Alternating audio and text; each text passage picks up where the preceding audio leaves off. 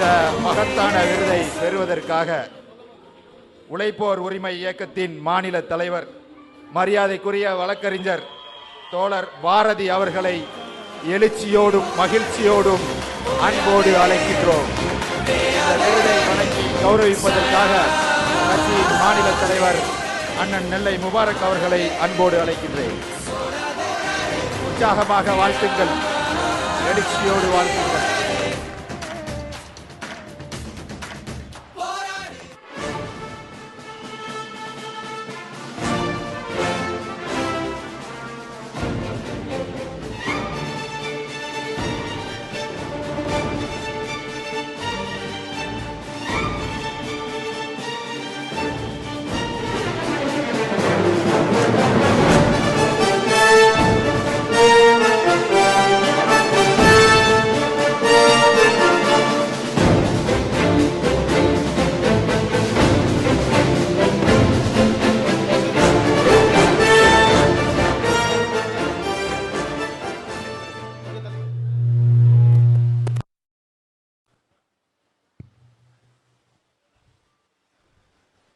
Doctor அம்பேத்கருடைய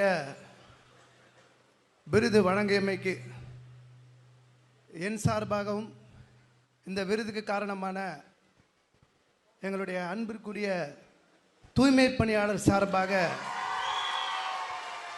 SDPI கட்சிக்கு நான் நன்றி தெரிவிக்கிறேன். 2009ஆம் ஆண்டு எஸ்டிபிஐ கட்சி துவங்கப்பட்டு தாழ்த்தப்பட்ட ஆதிவாசிகள், பிற்படுத்தப்பட்டோர், சிறுபான்மையினர் நலனுக்காக தொடர்ந்து களமிறங்கி போராடி கொண்டிருக்கிறது. இந்தியா முழுக்க தன்னுடைய தேசிய தலைவர் பொய்யான வழக்கில் சிறையில் இருக்கும் போதும், பல்வேறு இன்னல்களை சந்திக்கும் போதும், அமலாக்கத்துறை என்ற பெயரிலே ஒன்றிய அரசாங்கத்தினுடைய அச்சுறுத்தல்கள் தொடரும் போதும் அதையெல்லாம் ஒரு பக்கம் வச்சுக்கிட்டு சமூகத்தில் யாரெல்லாம் முன்னாடி நின்று போராடுறாங்களோ அவங்கள கூப்பிட்டு வச்சு விருது வழங்கணும் சொன்னது இருக்குல்ல. விருது வழங்கக்கூடிய என்ன இருக்குல்ல, தன் வீட்டில் என்ன பிரச்சனை இருந்தாலும், தன் கட்சியில் என்ன நிலைமை இருந்தாலும் சமூகம் எப்படி முன்னேறணுன்ற அக்கறை இருக்குல்ல.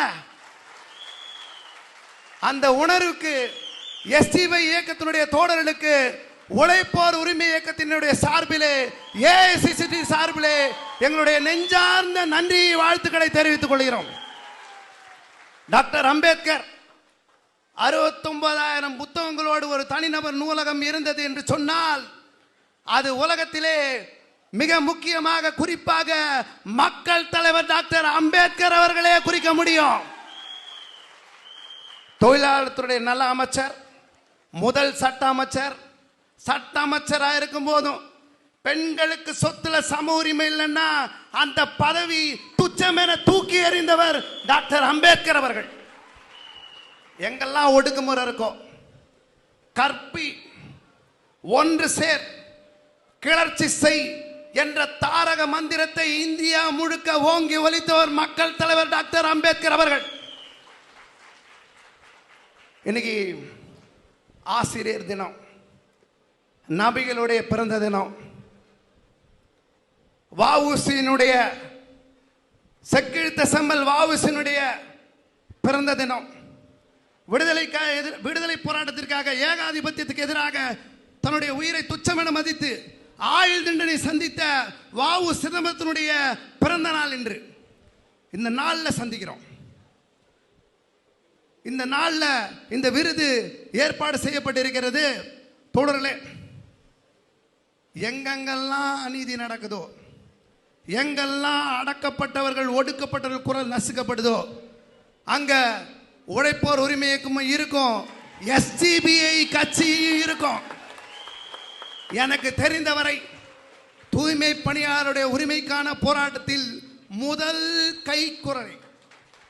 குரலை, முதல் ஆதரவு கரத்தை நீட்டி உனக்கு உணவு பரிமாற, உனக்கு குடிநீர் வழங்க, உனக்கு ஆதரவு வழங்க, கொரோனா நோய் காலத்தில் மக்கள் உயிரை காப்பாற்றிய உங்களுக்காக இருக்கிறோம் என்று கரத்தை நீட்டியது எஸ்டிபிஐ கட்சி. அதை என்றென்றும் நன்றி மறவோம். இது திடீர்னு எந்த சந்திப்பு இல்லை. ஏற்கனவே முடிவு பண்ணி வச்சிருந்தது. பல போராட்டங்கள் முன்னாடியே முடிவு பண்ணி வச்சிருந்து தோழல் கூப்பிட்டாங்க. நாங்கள் ரொம்ப சாதாரணமான ஆளுங்க. அவ்வளோ பெரிய மக்கள் தலைவர் அம்பேத்கர் விருதை வாங்குவதற்கு இன்னும் தகுதி படைச்சோமாலாம் எனக்கு தெரியாது. ஒரு என்கரேஜ் பண்ணுறதுக்கு மேலே மேலே போராட்டத்தை கொடுத்துக்கிட்டாங்க தான் நான்லாம் நினைக்கிறேன். தமிழ்நாட்டில் வக்ஃபு சட்டம் இந்தியாவில் அநியாயமாக வந்ததா சரி, இன்னைக்கு உமர் காலத்துக்கு 5 வருஷம் கழிச்சு பெயில் நிராகரிக்கப்படுமா சரி, ஈடியை வச்சுக்கிட்டு இன்னைக்கு உரிமைகள் மாநில உரிமை எடுக்கிறதா இருந்தாலும் சரி, 30 நாள் சிறையில் இருந்தா முதல்வரையும் அமைச்சரையும் ஜெயிலில் வச்சிருந்தா பதவியை பறிப்போன்னு சொல்லி ஒன்றிய அரசு நடந்தாலும் சரி, அத்தனை இடத்திலையும் குரல் கொடுக்கக்கூடிய சக்தியாக, இன்னைக்கு போராட்ட சக்தியாக, ஒடுக்கப்பட்டவருடைய அடக்கப்பட்ட அமைப்பாக SCBI கட்சி இருக்கிறது என்பதை பெருமிதம் கொள்கிறோம்.